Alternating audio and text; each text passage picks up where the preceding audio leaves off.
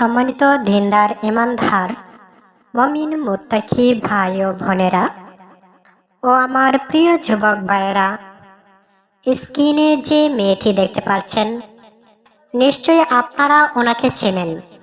তারপরেও যারা নতুন, তাদের উদ্দেশ্যে আমি আপনাদের সামনে পরিচয় করিয়ে দিচ্ছি। ওনার নাম আলেমা মারিয়াম ইসলাম। ওনার বাড়ি ব্রাহ্মণবাড়িয়া। আমরা অনেক কষ্ট করে ওনার ওয়াজ সংগ্রহ করি। আজকে আপনারা ওনার কাছ থেকে মধুর কণ্ঠে মাহে রমজানের সহবাসের সুন্নতি পদ্ধতি নিয়ে খুবই অল্প সময়ে আলোচনা করবেন। যেহেতু রমজান মাস, সবাই খুব ব্যস্ত, বিশেষ করে মা বোনেরা বেশি ব্যস্ত, তাই অল্প সময়ে আপনাদেরকে বুঝিয়ে দিবেন স্বামী স্ত্রীর দাম্পত্য জীবনে সবচেয়ে গুরুত্বপূর্ণ এই বিষয়টি। আপনারা দয়া করে নীরবে শুনবেন এবং হেডফোনটা লাগিয়ে শুনলে সবচেয়ে ভালো হয়। তো আমি আর ভূমিকা না করে সরাসরি আলেমা মারিয়াম ইসলামের কাছে চলে যাচ্ছি। বিসমিল্লাহির রহমানির রহিম। আসসালামু আলাইকুম ওয়া রাহমাতুল্লাহি ওয়া বারাকাতুহু। প্রিয় পর্দার আড়ালের মা ও বোনেরা, আশা করি আল্লাহর অশেষ মেহেরবানি ও দয়ায় আপনারা প্রত্যেকেই ভালো আছেন। আজকের ভিডিওতে একটি গুরুত্বপূর্ণ বিষয় নিয়ে কথা বলবো ইনশাআল্লাহ। তাই সকল প্রিয় ভাই বোনদের নিকট অনুরোধ, ভিডিওটি শেষ পর্যন্ত দেখবেন। আশা করি এই ভিডিওটি যুবক যুবতী ভাই ও বোনদের জন্য খুবই উপকারী আসবে। কারণ বর্তমান সময়ে যুবক যুবতী ভাই ও বোনেরা সহবাস করার সঠিক ও সুন্নতি নিয়ম সম্পর্কে জানে না, যেগুলো না জানার কারণে মানুষ অহরত পাপ কাজ করে চলছে। এর সঠিক পদ্ধতি ব্যবহার না জানার কারণে শিকার হচ্ছে অনেক রোগ ব্যাধি। সুতরাং আজকের এই ভিডিওটিতে স্ত্রী সহবাসের সঠিক ও সুন্নতি নিয়ম সম্পর্কে আলোচনা করব। সহবাসের সঠিক নিয়ম হলো, স্ত্রী নিচে থাকবে আর স্বামী থাকবে উপরিভাগে। এই উপরিভাগ থেকে সহবাস করবে।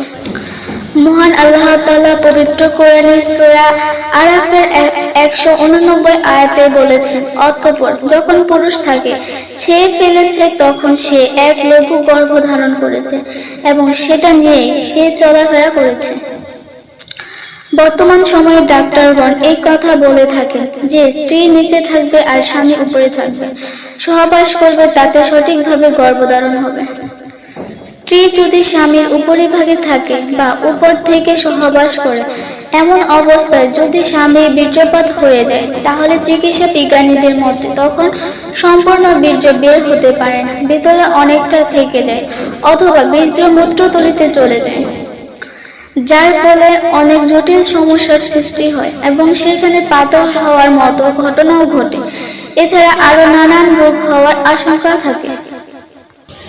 তাহলে চলুন এবার জেনে নিই সহবাসের সুন্নতি নিয়মগুলো কি কি। স্ত্রী সহবাসের সুন্নতি নিয়মের প্রথমটি হলো, স্ত্রী সহবাসের আগে ভালো করে দাঁত ব্রাশ করে নিতে হবে বা মেসওয়াক করে নিতে হবে। 2 নম্বর হলো, সহবাসের আগে স্বামীকেও ভালোভাবে দাঁত ব্রাশ এবং মেসওয়াক করে নিতে হবে। বর্তমানে অনেক যুবক সিগারেট বা কোনো বদ নেশার সঙ্গে যুক্ত, তাই এভাবে স্ত্রীর কাছে যাওয়া ঠিক না। তো 3 নম্বর হলো, স্বামী স্ত্রী সহবাসের পূর্বে ভালো করে ওযু করে নিতে হবে। তো 4 নম্বর হলো, বিসমিল্লাহ বলে অর্থাৎ সহবাসের দোয়া পড়ে শুরু করতে হবে, আর এটা মুস্তাহাব। সহবাসের দোয়াটি হলো, তো বাংলায় উচ্চারণ আমি বলে দিচ্ছি। বিসমিল্লাহি আল্লাহুম্মা জানিবা শাইতান ও জানিবি শাইতানা মা রাযাকতানা। এর অর্থ হচ্ছে, হে আল্লাহ, তোমার নামে শুরু করছি, তুমি আমাদের নিকট হতে শয়তানকে দূরে রাখো।